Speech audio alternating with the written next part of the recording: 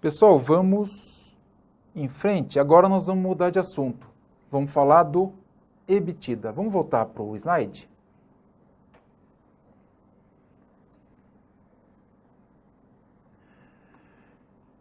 EBITDA é é uma sigla, né? Que representa isso aqui, né? E, B, I, T, pá. E que significa lucro antes dos juros, impostos, depreciação e amortização. Aqui faltou falar exaustão.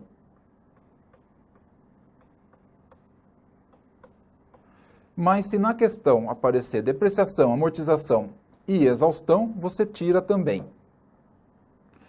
Pessoal, o EBITDA, ele mostra o potencial de geração de caixa que a empresa tem. O potencial de geração de caixa dos ativos da empresa.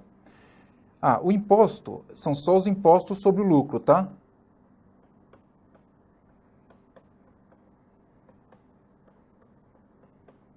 Os impostos sobre as vendas, eles não são considerados no EBITDA.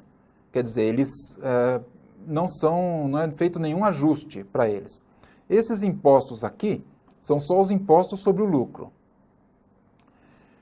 Então, quando a gente pega o lucro antes de juros, da despesa financeira, antes dos impostos, antes da depreciação, que não gera saída de caixa, amortização e exaustão, que também não geram, a gente tem um valor que é o potencial de lucro. Volta para cá um instantinho. Pessoal, isso daí é potencial de lucro, não, potencial de geração de caixa da empresa. Às vezes a empresa pode ter um prejuízo e pode ter um EBITDA positivo. Ela pode, quando desconsiderar depreciação, amortização, exaustão e impostos, ela pode ter um caixa, um caixa positivo, ainda que ela tenha prejuízo, né, na DRE. O que a EBITDA mostra é o potencial de caixa, não é o caixa efetivo.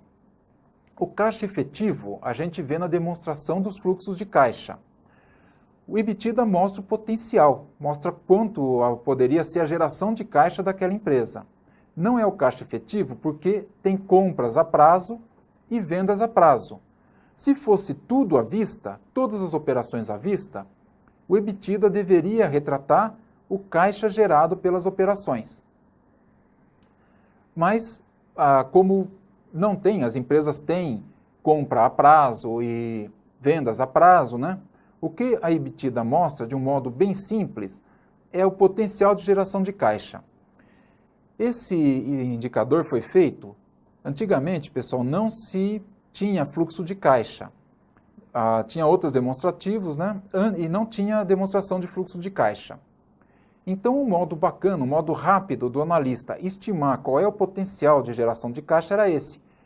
Pegava o lucro antes dos impostos, antes dos juros, e somava depreciação, amortização e exaustão, e chegava no EBITDA, ou LAGIDA, né? A sigla em português, volta para o slide. A sigla em português aqui vai dar LAGIDA, que é lucro antes de juros, impostos, depreciação e amortização. LAGIDA. Atualmente, ele continua sendo usado, tá? Mas nós temos, os analistas têm agora a demonstração de fluxo de caixa, que mostra o caixa criado ou consumido, né? O caixa gerado ou consumido, exatamente, né? Não é uma indicação, não é um potencial. Mas o EBITDA continua sendo usado. Então vamos para as questões. Pessoal, nós estamos no slide, né? Tá. Aqui é uma demonstraçãozinha de resultado. Então vem lá, né? Venda bruta, impostos, venda líquida, custo da mercadoria vendida, lucro bruto e assim vai. Esse modelo está conforme a 6.404. Pelo CPC, a gente já começa das vendas líquidas. Mas tudo bem, vamos calcular o EBITDA para essa demonstração aqui, da forma como os analistas faziam antigamente, né, quando não havia ainda o fluxo de caixa. Então, nós vamos partir do lucro operacional. Vamos voltar. Olha, lucro antes de juros, impostos, depreciação e amortização. Aqui nós temos o lucro operacional antes dos impostos.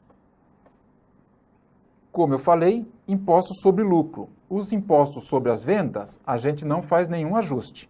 Continua diminuindo as vendas. Então, para calcular o EBITDA aqui, vamos partir desse número, 67.500, que é o lucro já antes do imposto de renda, antes dos impostos. Então, lucro antes dos impostos. 67.500. Aí nós vamos tirar os juros. Os juros são as despesas financeiras. Vamos tirar aqui 45 mil. Tirar não, vamos somar 45 mil, né? Vamos neutralizar o efeito das despesas financeiras. Então, nós vamos somar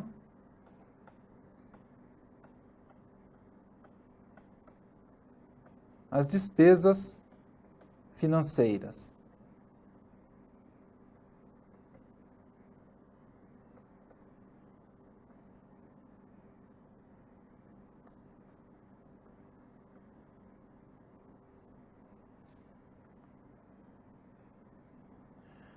E vamos tirar depreciação e amortização.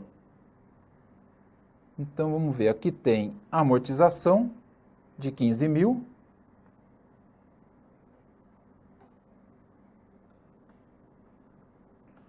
Mais amortização.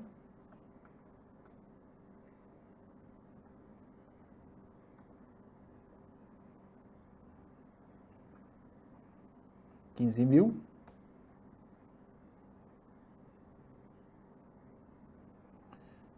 E mais depreciação de 32 mil.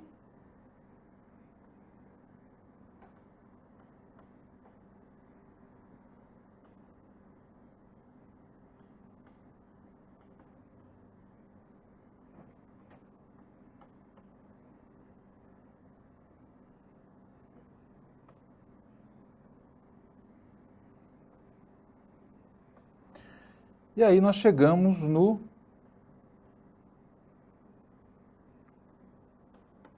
EBITDA, ou LAGIDA. Somando isso daqui, vai dar 159.500. Pessoal, o que significa esse 159.500? Tendo em vista essa demonstração de resultado, é o potencial de caixa que pode ser gerado pelos ativos. Não é exatamente o caixa, como nós já falamos, né? Para apurar o caixa exatamente, nós precisaríamos considerar as compras a prazo, vendas a prazos, enfim. Então, é o potencial de geração de caixa. Ele é bem maior que o lucro líquido, né? E, como nós já falamos, a empresa pode ter um prejuízo e ainda assim ter um EBITDA positivo. Tranquilo, né, pessoal? É só somar, só considerar o que o próprio nome fala, né? Só considerar aqui, né, os juros, imposto, depreciação, amortização e exaustão se aparecer. Vamos para uma questão.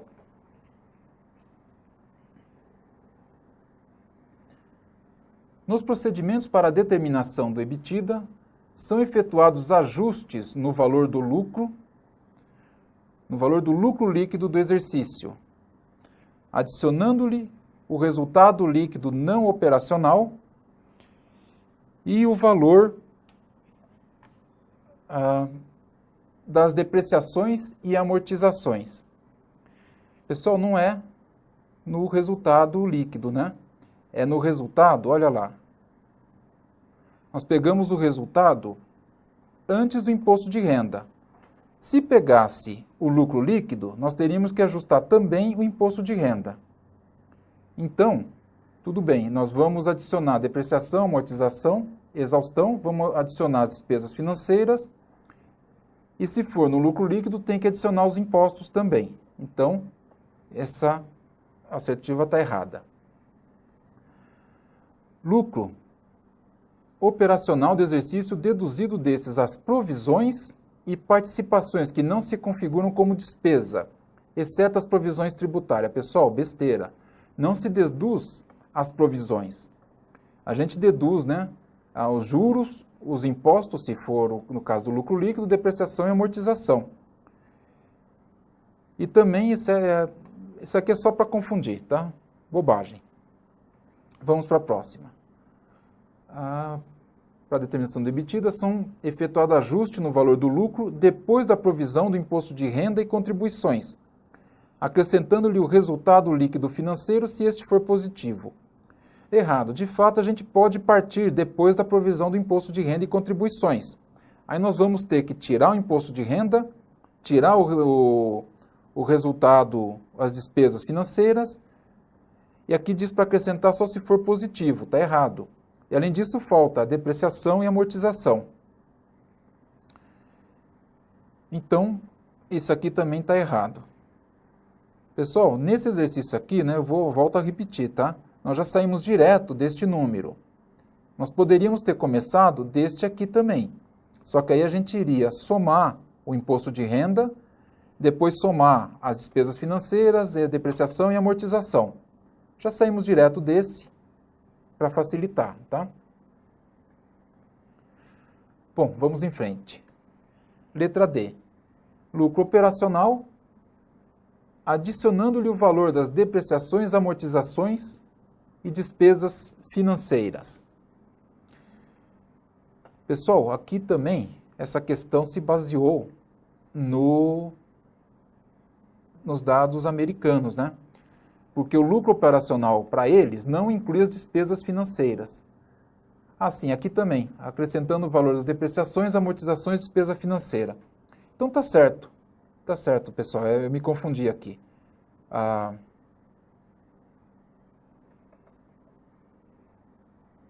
Tá, já começou aqui no lucro operacional e acrescentou despesas financeiras, amortização e depreciação. Então tá correto, é a resposta aqui.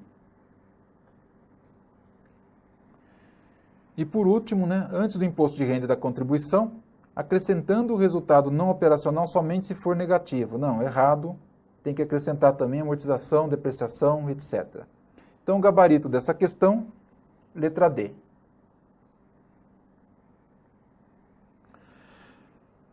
Vamos para a próxima, uma questão da Cisgran-Hill. Dados parciais em reais extraídos do balancete de verificação da empresa Gâmbia e Filhos. Então tem custo das mercadorias vendidas, despesa de depreciação e amortização, despesas administrativas, despesas de vendas, despesa financeira, imposto de renda e contribuição social, receita de venda.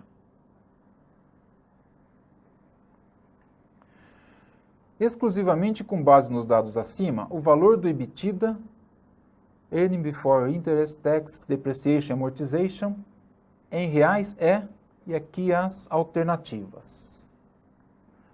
Bom,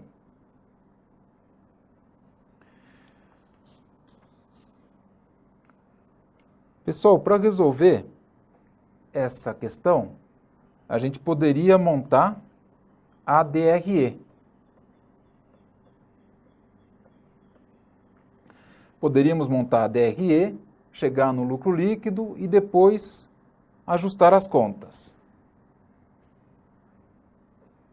Mas nós podemos resolver mais rápido fazendo o seguinte, partindo já da receita de vendas e só tirar o que interessa. Então, vamos fazer desse jeito mais rápido. nós teríamos lá, então, receita de vendas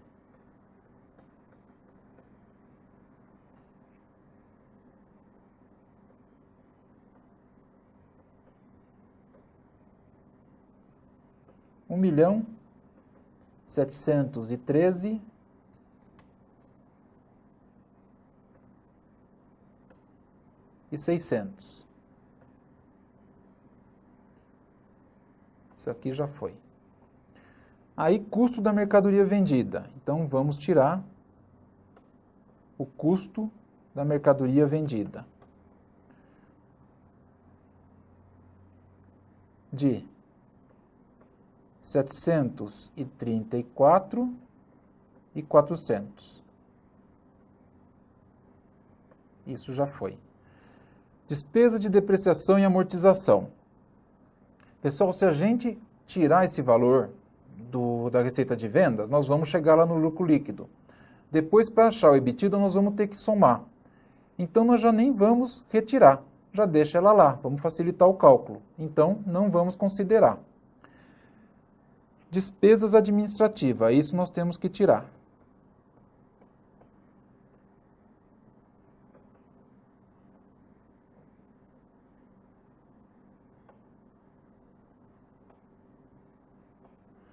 Despesa administrativa de 257,40. Também já foi. Despesa de venda. Vamos retirar.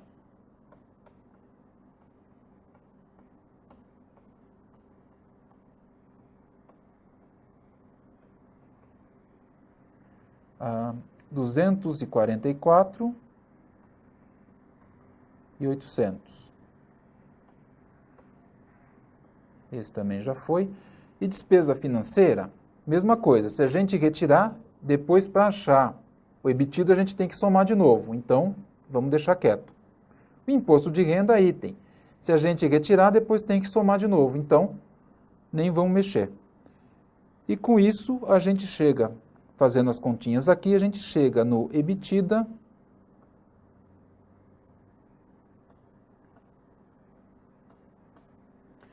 de 477.360, que vem a ser letra C.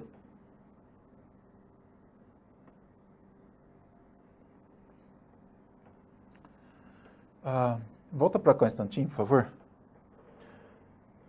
Pessoal, quando eu preparei essa questão, eu tinha pensado em pegar, colocar lá, fazer a demonstração de resultado inteirinha, aí começar a tirar, mas não precisa, né? Se alguém quiser, pode pegar e fazer a demonstração de resultado, depois eliminar o que precisa ser eliminado e tal, vai chegar no mesmo valor. Mais rápido a gente resolver desse jeito. Já sai das vendas, do valor das vendas, tira o custo, tira as despesas que vão permanecer.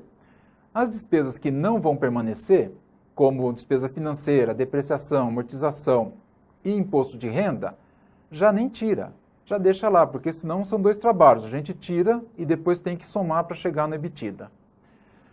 Pessoal, é tranquilo, é simples, tá? Não é complicado, não. É só memorizar o que tem que tirar, né? Que são os impostos sobre o lucro, despesa financeira, depreciação, amortização e exaustão, e retirar o efeito dessas despesas, né? Ou seja, nós vamos somar essas despesas ao lucro líquido para achar o potencial de geração de caixa da empresa. Vamos voltar para o slide e vamos para outra questão.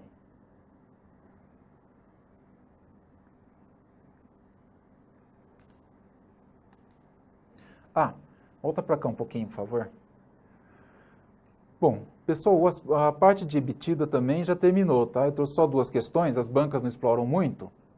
Agora nós vamos ver duas questões recentes da ESAF, quer dizer, nem tão recente assim, são de 2016, mas são dos últimos concursos, né, que a banca realizou.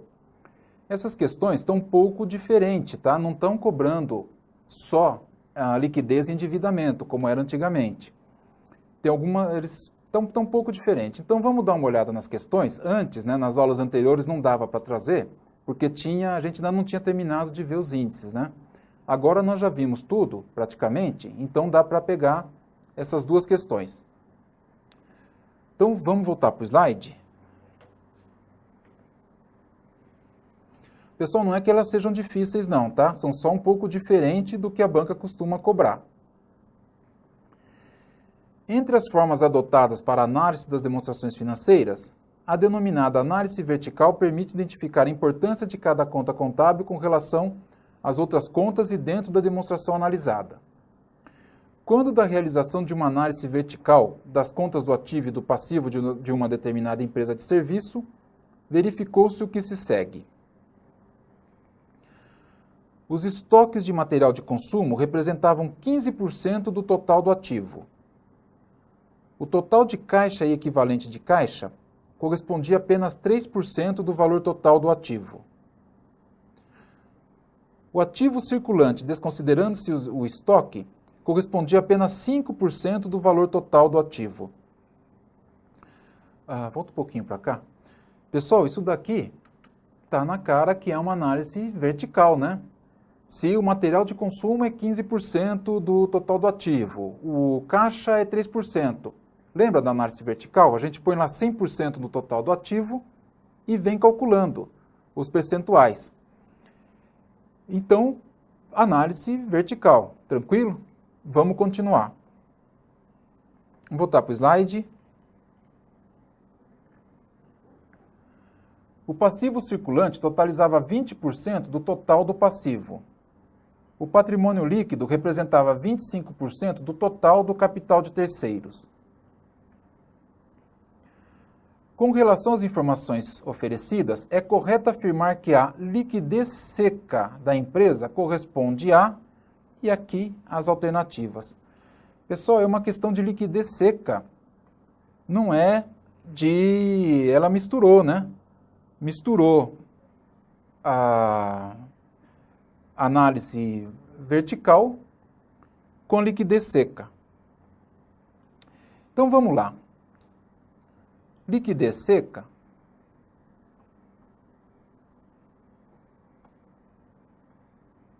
é ativo circulante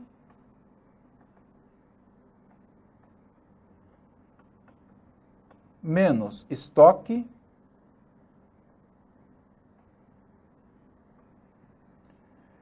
dividido pelo passivo circulante.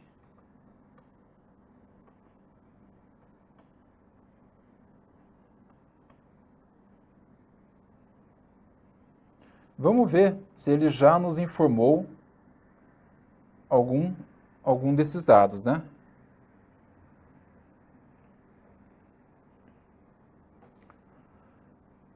Olha só. O ativo circulante, desconsiderando seus estoques, correspondia a 5% do valor total do ativo.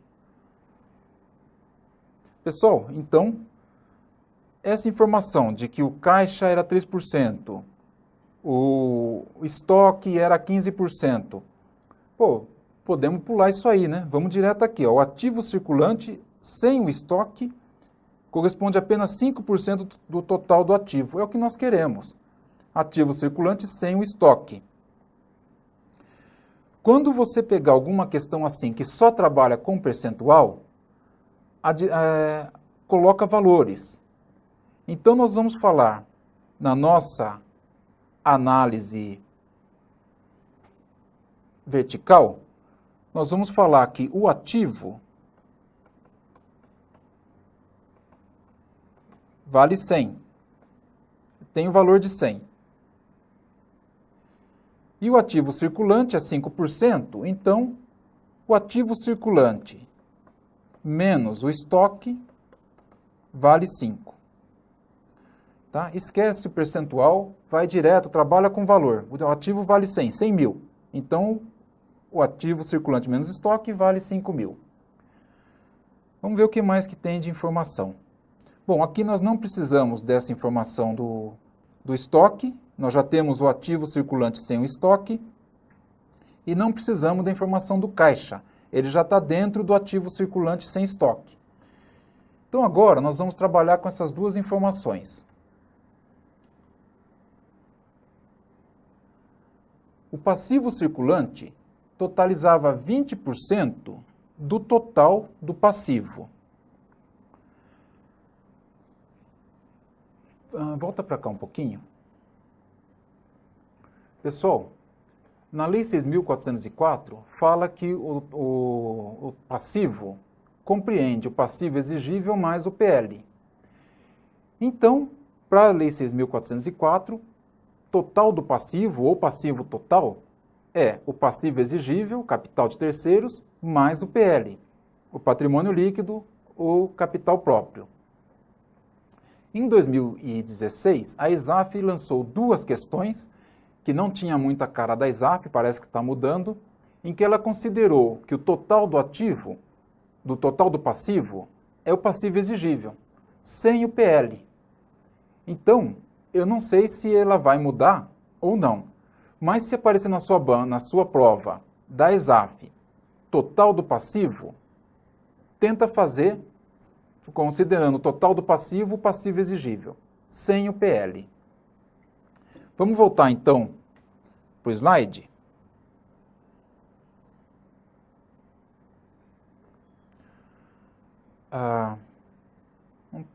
Vamos mudar de folha.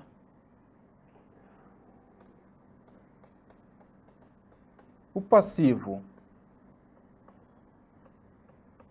circulante, aqui ele fala que é 20% do total do passivo. Então, o passivo circulante é 20%, o passivo não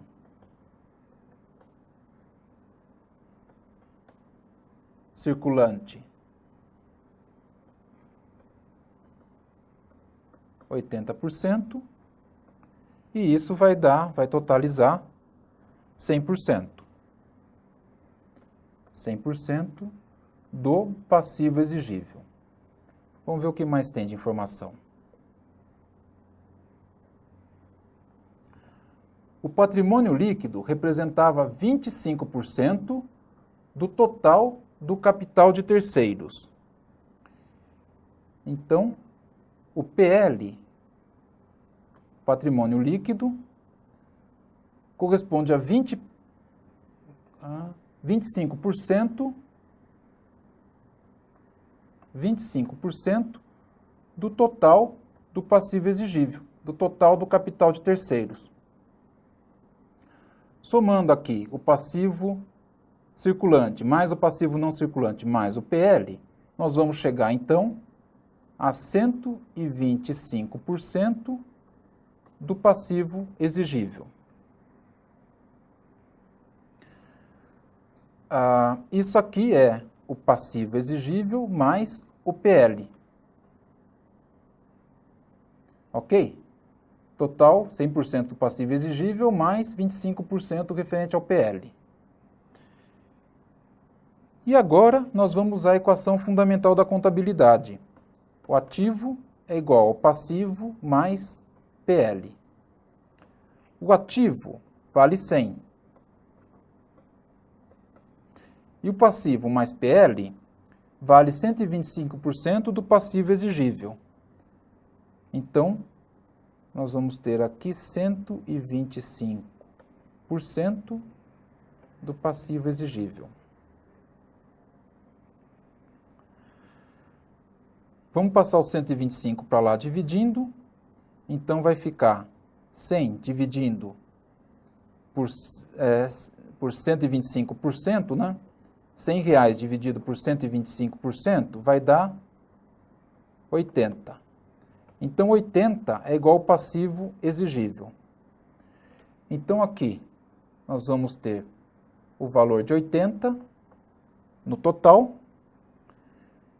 20% de 80 dá 16. E 80% de 80 vai dar aqui a diferença, mas nem precisa calcular. Nós precisamos do passivo circulante só, que é 16. Então, vamos voltar para a nossa fórmula. O ativo circulante menos estoque vale 5. E o passivo circulante, 16, que para a ESAF isso é igual a 1/3. Na verdade vai dar um pouquinho diferente, tá? Ou seria 1/3 se fosse 15 aqui, se fosse 5 dividido por 15. Mas é o número mais próximo, considerando os outros aqui.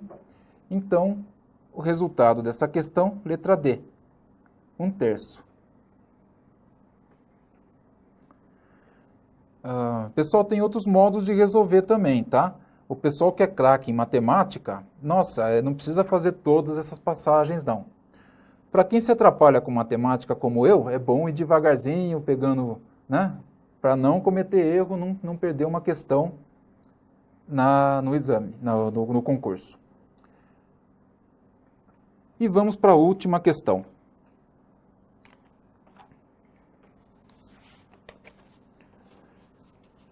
Questão da ESAF, também da ANAC, de 2016. Dada uma situação hipotética, uma instrução normativa em vigor, expedida pelo Ministério do Planejamento, prevê, em seu artigo 44, a exigência de capital circulante líquido, ou capital de giro, mínimo de 16,66, do valor estimado da contratação, tendo por base o balanço patrimonial e as demonstrações contábeis do último exercício social, para a contratação de empresas prestadoras de serviço no âmbito do Sistema Integrado de Administração de Serviços Gerais, SIASG. Uma empresa do setor de serviço que desejava concorrer a um determinado certame apresentava como índice de liquidez corrente o valor de 2, a data informada pela instrução normativa citada.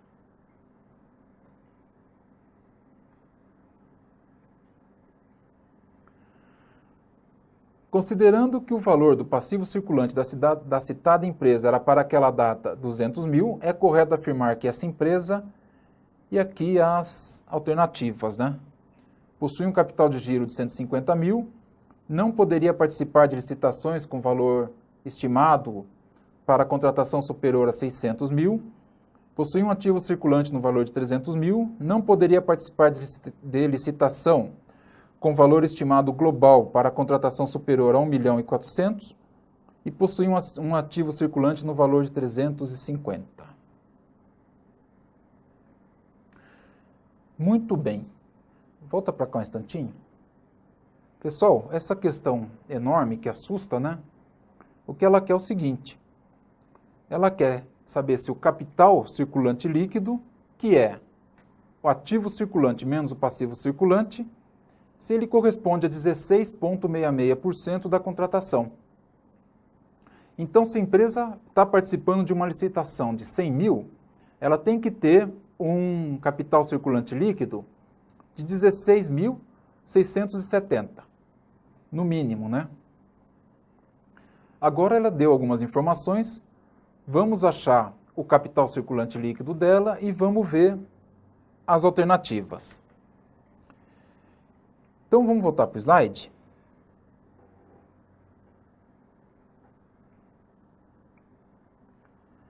Então, vamos lá. Ó. Liquidez corrente tinha o valor de 2. Liquidez corrente é igual ao ativo circulante dividido pelo passivo circulante. Como a liquidez corrente vale 2, vamos ver o que mais que tem de informação aqui. Assim, o passivo circulante é de 200 mil. Então, vai ficar 2 igual ativo circulante dividido por 200 mil. Portanto, o ativo circulante é igual a 400 mil.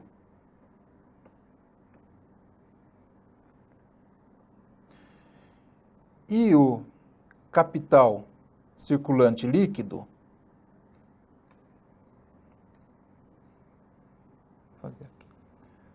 capital circulante líquido é o ativo circulante menos o passivo circulante. Então, o capital circulante líquido é de 400 mil menos 200, que vai dar valor de 200 mil. Ativo circulante é 400 mil, capital circulante líquido, 200 mil. Então vamos lá. Possuía um capital de giro de 150 mil. Está errado, o capital de giro é de 200 mil. Nós já calculamos na página anterior. B. Não poderia participar de licitação com valor estimado para contratação superior a 600 mil. Então vamos lá, vamos ver a letra B. Se a licitação é de 600 mil, ela tem que ter um capital de líquido, um capital de giro líquido, né? Capital circulante líquido superior a 16,66%. Isso aqui vai dar 100 mil. Então, como ela tem um capital circulante líquido de 200, ela pode participar de licitação com valor superior a 600 mil. Então, a letra B está errada. Possui um ativo circulante no valor de 300. Errado, o ativo circulante, nós calculamos aqui, é 400 mil. Letra E. Possui um ativo circulante no valor de 350. Errado, nós já calculamos, o ativo circulante é 400. Então, sobrou a letra D. E a letra D diz: não poderia participar de licitação com valor estimado global para contratação superior a 1.400.000. Então, a conta que a gente tem que fazer é 1.400.000 vezes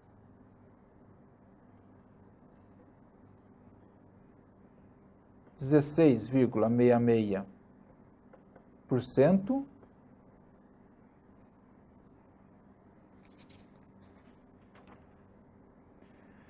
que vai dar 233.333. Como ela tem um capital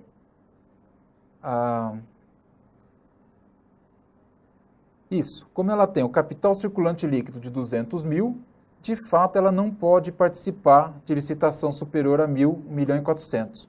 Aliás, nem 1.400.000, né? Ela vai poder participar de licitação um pouco de valor, sei lá, 1.300.000, enfim. Precisaria pegar 200 mil e dividir por 16,66 para chegar no valor exato. De qualquer forma, essa está correta. Ela não pode participar de licitação com valor superior a 1.400.000. Letra D. E, com isso, nós terminamos. Volta para cá um instantinho, por favor. Pessoal, as bancas estão começando a misturar um pouco, né? Antes, as questões vinham muito direta. Vinha lá um balanço e pedia a liquidez seca, pedia o índice de endividamento, o grau de endividamento, o endividamento geral. Agora não. Vocês viram que essas duas questões começa falando lá de análise vertical e vai para a liquidez seca. A outra mistura um pouco a parte de análise, tem que saber o índice de liquidez corrente e tal, para chegar no capital circulante líquido para ver o percentual, né, para participar, enfim. Está começando a misturar um pouco. Eu acho que a tendência é essa. À medida em que os alunos vão se preparando mais, vão ficando melhores, né, as bancas vão apertando mais. Então, já faz algum tempo que não tem concurso, não é? Você precisa se preparar o máximo possível. Pensa que vão vir questões as mais difíceis possíveis. Não dá para falar assim, não, só com índice de liquidez e índice de endividamento eu me garanto. Garantia, antigamente era assim. Agora estão aparecendo outros índices. Bom, nós terminamos a parte de análise de balanço. Estamos encerrando, então. eu reforço o meu conselho, né? Eu reforço a minha sugestão para que você faça muitas questões. A gente só aprende essa parte da matéria com questões, quanto mais melhor. E é isso então, e desejo uma boa sorte a todos e até a próxima aula.